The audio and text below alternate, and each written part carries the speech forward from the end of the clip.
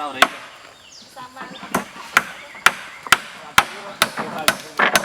không phải là hộp ăn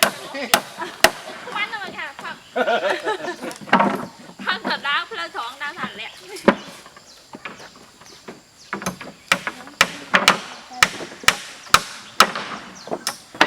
xạ mới lên đang định làm đôi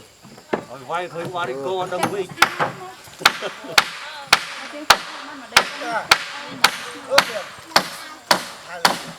lại chứ ôi chụp sân một bạn nói hạ cục mấy cùng chơi đây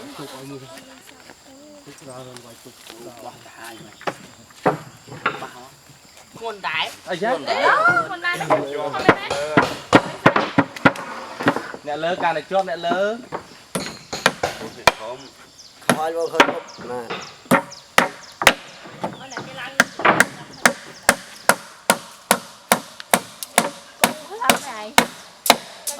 chân mòn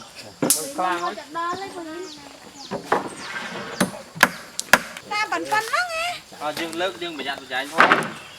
anh đặc biệt nữa đó chứ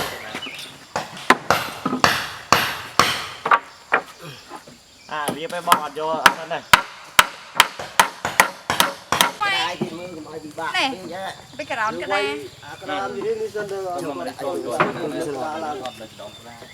còn ăn chắc còn lại cho em ô còn tầm lấy đâu nào mà tên đến to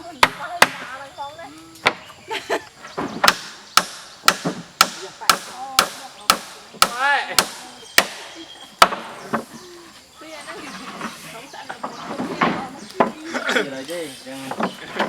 mấy kia này xe còn mẹ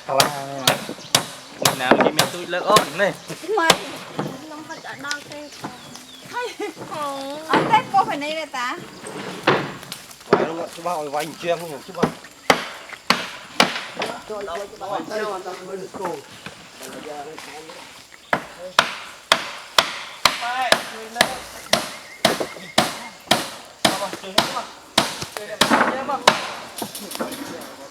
Hãy subscribe cho kênh Ghiền Mì Gõ để không bỏ lỡ những video hấp dẫn.